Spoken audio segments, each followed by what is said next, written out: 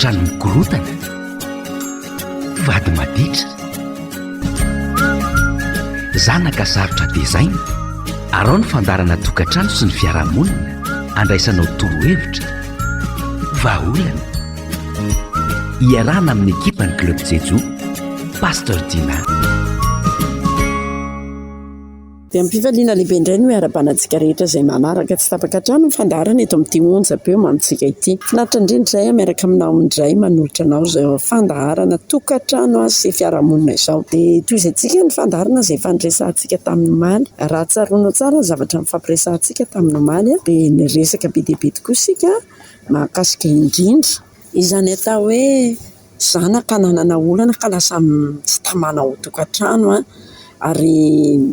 voaka foana tonga amin'ilay fiteny hoe tsy mody hatrano mihitsy fa mody sady mivoaka maraina dia alim-podiana. Dia efa nijerentsika izy izany tamin'ny maly fa androany indray izany isika ijery karazan-javatra ohatr'izay indray tsy mody tsony mihitsy ilay zanakao fa lasa mipetraka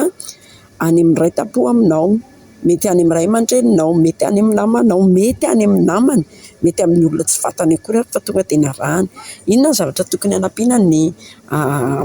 ray aman-dreny manoloana izany toe-javatra mitranga izany. Tena trangan-javatra misy tokoa izany ankehitriny hoe tsy mety tamanao aminao intsony ilay zanakao fa lasa nanorim-ponenana araka ny volazako teo hoe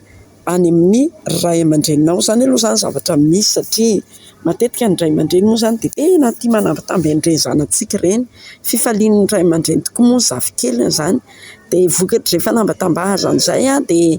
mety tsy tamanao anatin'ny tokantrano intsony ilay zanakao fa lasa ny safidy ary hipetraka amin'ny ray aman-dreninao na ny ray aman-drenin'ny vadinao tsy maninona izany zavatra izany fa ny zava-dehibe izany dia mahatsiaro eny fa maninona ary izy tsy tamana ato amiko intsony. Ny zavatra tokony atao mila mifampiresaka nareo sy ny ray aman-dreninao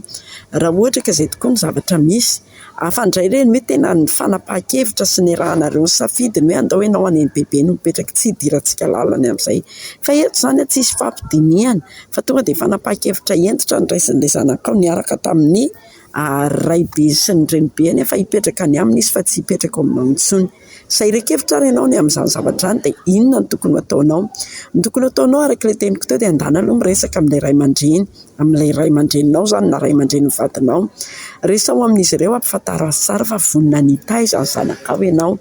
dia hazavao amin'ny tsara mety tsy mitovy tokoa ny fitezana satria vokatra ilay fitezana tsy mitovy no mahatonga ilay zanakao nanapa-kevitra hipetraka ny aminy fa manimba azy kosa nefa ny zavatra io satria matoa izy tapa-kevitra hiara hipetraka amin'ny ray aman-dreny dia tena zavatra hafa no le tao tokantrano no hitany amin'ny ray aman-dreny. Eo ny atao hoe fampifehezana, eo ny atao hoe zavatra maro samihafa izany dia ny bebe sy ny dadabe raha teo koa tsy mahavita manaraka firy-tsonony amin'ny resaka fianarana dia izy nefa ny tena zava-dehibe aminy dia ny zava-dehibe amin'ilay izao izany sao dia tsy tiany akory tia efefehezina hoe tsy maintsy manao devoir, tsy mahazo mijery télé ary amin'ny dadabe sy bebe ny mahafinaritra ny dadabe sy bebe dia vao tonga dia ny hoe tonga dia miara milalao, miara misangisangy, mety tsy hitany eo anatin'ny tokantrano izany zavatra izany dia lasa tiany ilay mivoaka ivelan'ny tokantrano. Tena izay izany ny zavatra anankiray tena tokony hifanampiantsika izany ilay hoe miresa amin'ny ray aman-dreninao, ray aman-dreninao raha teo izy dia mihina fa rehefa tena manazava ianao mety izao nge mahatonga ny zanakao tsy tamana ato anatin'ny tokantrano tsy tiany mihitsy ny reneny ilay naridada, ilay ampanaovana raharaha, ilay manao devoir sy ny sisa dia ho tonga saina ny ray aman-dreninao dia amerina ny zaza any aminareo. Raha tsy hoe efa ray aman-dreny tena ohatrany hoe tia tena ilay dadabe sy bebe satria inona no mety hoe ray aman-dadabe sy bebe tia tena izy satria tsy tiany ilay mipetra-drery misy ohatr'izany mihitsy ange misy ray aman-dreny ohatr'izany indrindra raha ohatra hoe maty ny anankiray amin'izy ireo dia zarany foana misy olona miara mipetraka miary indray ary sanatria ny vava be diny mihitsy amin'ilay ray aman-dreny miteraka ilay zafikeliny dia masitrana hoe azony ilay zafikeliny. Raha izany indray moa izany dia tena farak'izay teniko izay adalan'ilay ray aman-dreny izany zavatra izany dia tsy misy afa-tsy ny fampitenenana sy ny fantsiana no azo atao. Fa mety trangany faharoa misy indray dia ny hoe nanapa-kevitra ny ala tao anatin'ny tokantrano misy azy tao amin'ny tokantranonao izany ilay zanakao dia lasa nanorim-ponenana miaraka amina olona izay tsy fantatra na tsy fantany akory fa ohatrany hoe mifanena teny an-dalana ohatra zany zavatra any. Ny tena tranga misy amin'ity zavatra ity dia ohatra hoe ilay ankizy somary lavitra ny ray aman-drenindreny no mipetraka dia napetrany tao manana trano zany ohatra hoe any ambanivohitra dia manana trano an-drenivohitra tena trano ny tranon'ilay ankonana mihitsy zany ilay mitiko tenenina amin'izay zavatra izay fa ohatrany tsy tamana tao ilay zaza fa tonga dia lasa ary rehefa lasa izy dia nipetraka tamina olona tsy fantatra mety eo akaiky eo mety eo amin'ny manodidina eo ary raha ohatra izay tokoa ny zavatra misy dia miezaka ianao mba miresaka amin'ilay zanakao satria mety olana manokana avy aminy na tonga azy nanapa-kevitra hiara-mipetraka amin'ireo olon'ireo na dia tsy mpinamana taminareo ray aman-dreniny ary ny ireo olon'ireo ohatra matahotra izy amin'ny alina ohatra tsy vita n'ilay nahandro sakafo rery dia iretsy olon-dretsy na nampitamby azy dia navita nahandro sakafo azy zany mety hoe jerevy daholo dia mifampiresahana aminy hoe manina ianao mipetraka any amin'ireo olon'ireo aza tonga dia bedesina izy hoe inona ny antony hipetrahanao any amin'ireo olona ireo fa anontany ho azy sy moramora dia ezao mitady vahaolana fa mety hoe misy zavatra mampatahotra azy eo anatin'ny tokantrano mety tsy mbola vita mety tsy mbola vonona koa izy nipetra-drery fa saingy noho ny amin'ny resaka ny hoe alavita toerana eo amin'ny nareo dia tsy maintsy nipetra-drery izy fa rehefa mifampiresaka indray nareo dia mety mitady vahaolana hafa fa mety misy koa nefa ny tena hoe tsy niteraka ilay olona izay tsy fantatrao dia nahita ny zanakao dia nararotiny araka izany ary tena misy zany tena nisy zany tantara zany matoa tantaraina amintsika eto hoe sendra nanao baolina ilay zaza dia eo mpanaovam-baolina dia iny fa nanampitamby azy tokoa ty ilay olona izay nandalo izay tsy fantatra ho araka ny teniko teo tonga dia niteny andao hipetraka any aminay dia manao baolina foana ialahy ilay zaza zany hoe tena tian'ilay baolina ary tsy tainganatra fa tsy ilay hoe tonga amin'ny fiteny mialatsiny moa tsy manambany mpanao baolina zany fa milaza fotsiny hoe tena misy tokoa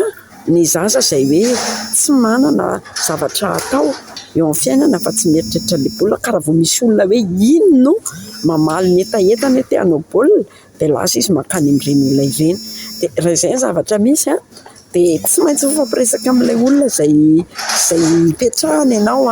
dia manazava tsara hoe ianao manana izay mba tanjonao amin'ny zanakao tena tianao ny zanakao dia afaka mifampiresaka amin'ny olona io ianao mba tsy tazona ny zanakao izy satria tsy mety zany zavatra izany ary tsy tokony atao izany hoe satria izay no tiany ny zanakao dia tonga dia izy ny andeha hanao an'izany fa raha tsy maintsy izay koa ny lalana andehana ny zanakao dia ianao ray aman-dreny ny tompona andraikitra azy fa ny fahatelo farany dia nijerentsika ny hoe olona fantatrareo namana mety ray tampo dia mantsy ray aman-dreny ilay hipetrahan'ny zanakao ary tsy mety hody any aminao intsony ilay zanakao ary ny zavatra misy ary lasa iry mihitsy ny nataon'ny ray aman-dreny fa ianao adinony tanteraka ino no tokony hanapitsika ny ray aman-dreny izay tratran'ny zavatra ohatr'izany ty tena zavatra nisy teraka enina menadala ray aman-dreny fa nampalahelo dia nitelo tamin'ireo enina menadala ireo maty avokoa izany hoe tsy nisy velona afa-tsy ilay telo laza any sisa teo amin'izy enina menadala izay nateraka ny ray aman-dreny vokatr'izay dia ohatran'ny somary traumatisé ve ny azo ilazana an'izany sa hoe lasa tsy dia milamina firy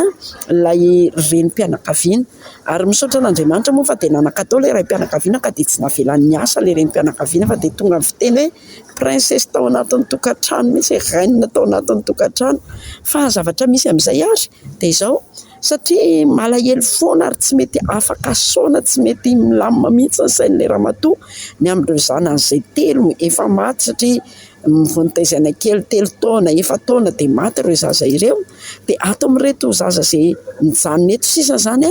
no lasa tiriny tsy maintsy hanampitamby azy zavatra misy zany matoa tantaraiko amintsika eto tsy maintsy manolotra azy isan-kariva tsy maintsy mikarakara azy isan-kariva ankaleo ilay ankizy satria tsy fantatra ilay ankizy intsony hoe izaho tokoa ve ny devoiran'ny zaza ka andray andro na nefa nanao vakansa tany amin'ny havana na tany amin'ny namana ilay ankizy dia inona ny zavatra nitranga tonga dia nitonga nijanona tany dia eo vao tonga saina ilay ray aman-dreny fa minona tsy mety modintsony ny zanako satria tany izy nahita hoe aiky ve ohatr'izao ny fiainam-pianakaviana tsy hoe ny ray aman-dreny ny topoina ao anatin'ny tokantrano fa aikay mifanompo aikay mifanaja ao anatin'ny tokantrano dia raha izay zavatra mitranga aminao mahatsiaro ianao hoe isaky ny miditra ny trano no zanakao dia hitenenao hoe tsy maintsy aloha izaho ory akory kely tsy miteny mihitsy hoe tsy tokony ianao an'izany fa hitanao hoe tsy mba mahay manome ianao fa ny makafoana any amin'ilay zanakao dia mba mianara manome koa, fa mba ilaina ny zanakao ingena dia izy horontsoroanao, safosafonao, fa tsy hay natao ampifaly antsika ray aman-dreny foana ny zanaka, fa tsika ray aman-dreny koa mba natao ampifaly ny zanaka. Izay ny fandaharantsika tamin'ity androny ity. Misaotra anao ny safidy niaraka taminay, tena mankasitraka anao zahay, manantena izay fa mbola eo aminao indray ara-pitso. Misaotra manokana ny dolitsika izay tety amin'ny lafiny teknika niaraka tamintsika tamin'ity androny ity. Izay dia mametraka ny veloma mandra-piona, mandra-pitafa ampirariso indrindra tompoko. Tokantrano mikorotana, vady maditra, zanaka sarotra desaina, arao ny fandarana tokantrano sy ny fiarahamonina, andraisanao torohevitra, vahaolana. Iarahana amin'ny ekipa ny club Jejoo, Pasteur Dyna.